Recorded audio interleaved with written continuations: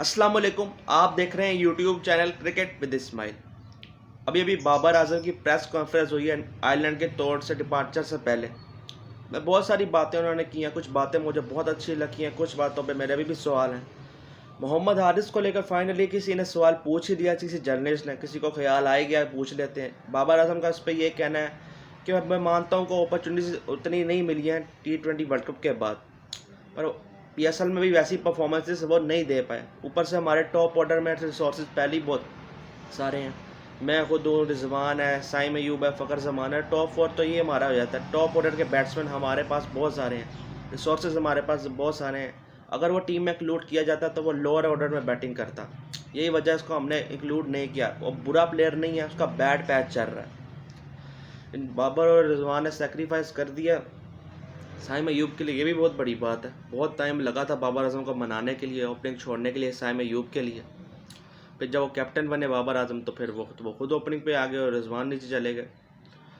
जहाँ तक मोहम्मद हारिस की बात है, आप फ़खर जमान को भी तो देख लें, वो भी तो फिर नीचे ही बैटिंग कर रहे हैं, वो है तो ओपनर। वो भी तो आजम खान से तो बेहतर था कि आप उनको ही सिलेक्ट कर लेते। वो फिट ही नहीं, एक बंदा उसकी मैच फिटनेस ही नहीं है। मैं मानता हूँ वो मिडिल ऑर्डर का है, उसकी बहुत अच्छा हिटर है वो, पर फिटनेस ही नहीं है। हारिस नीचे बैटिंग कर लेता, क्योंकि आप तो नहीं छोड़ने वाले। ऊपर से बड़ी मुश्किल से आपने जगह दे दी है साइम अयूब को। तो मोहम्मद हारिस के लिए एक तो वो रिजवान के लिए थ्रेट बन रहा था, एक ये वजह भी है। ये तो कोई नहीं जान बोलेगा ना, अंदर अंदर तो सबको, मुझे भी पता है कि रिजवान के लिए वो थ्रेट बन चुका हुआ था।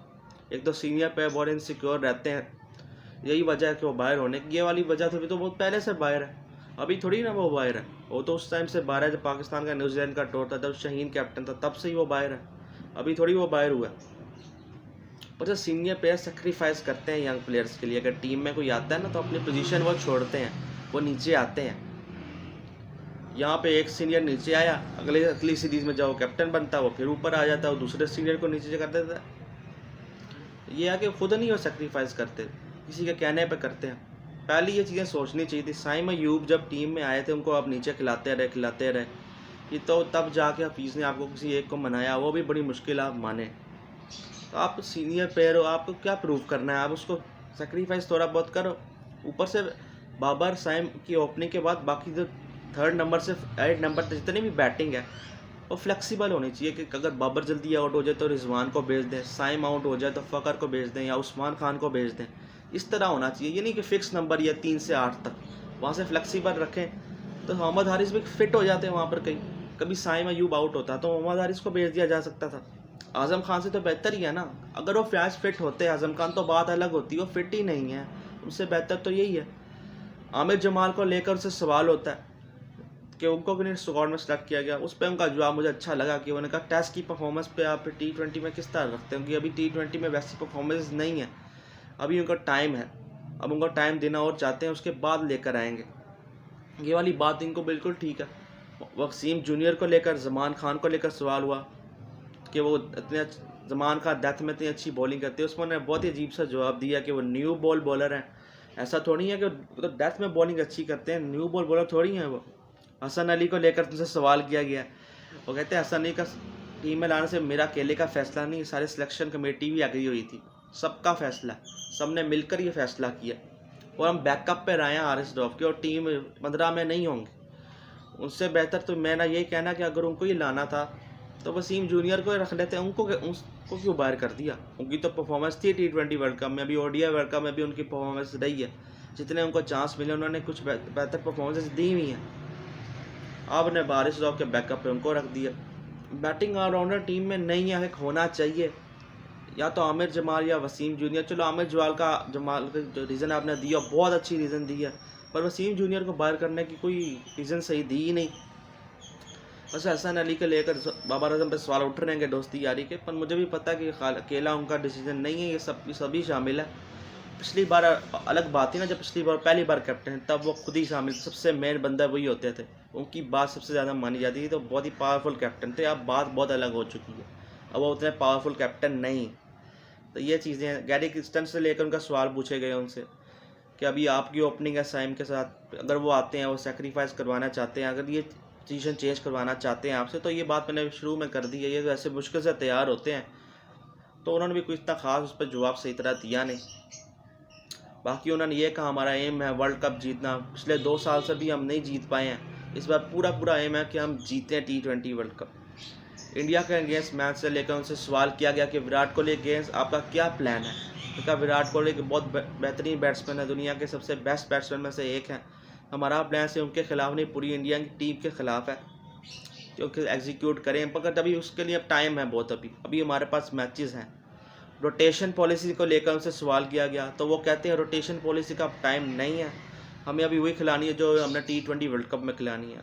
आयरलैंड वाली सीरीज़ में आप ट्राई अभी भी कर सकते हो, वहाँ पे किसी को क्या प्रूव करना। इंग्लैंड वाली सीरीज़ में आप फिर वो खिलाओ जो आपने खिलानी, पर ये 3 मैच है आयरलैंड वाली, उसमें तो कम से कम ट्राई करें, उसमें भी अब करें रोटेशन करें, उसमें करें, अभी कुछ प्लेयर्स बैठे हैं कुछ खेलें, ये चीज़ें अभी करें।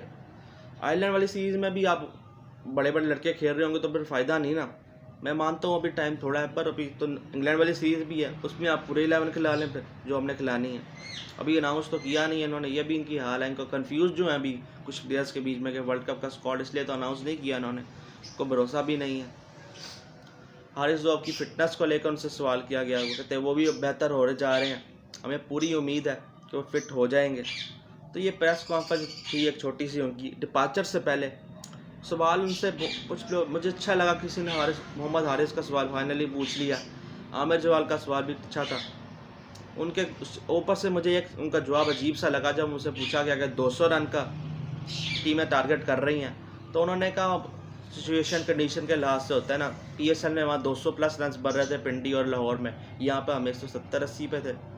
पहले उन्होंने मैच के बाद कहा था कि हम बॉलिंग जैसे आ रहे हैं, फिर उन्होंने माना कि हम स्लो थे मिडल ओवर्स में, और अब वो कहते हैं कि सिचुएशन और कंडीशन के लिहाज से 180 रन ही थे, वहाँ 200 रन नहीं बनते थे। तो वो खुद भी कंफ्यूज है, कभी वो कुछ कहते हैं, कभी वो बॉलिंग पर डाल देते हैं, कभी वो मिडल ओवर्स में स्लोअर पर डाल देते हैं, कभी वो कहते हैं कंडीशन और सिचुएशन ऐसी है इसलिए हमने 180 रन बनाए। अब 180 वाली वो पीछे असल में थी नहीं, न्यूजीलैंड जहाँ बैटिंग करने आया था ना तभी पता लग गया था क्योंकि किस तरह की कंडीशन है वो, और हमें वो हरा आगे चलेगी।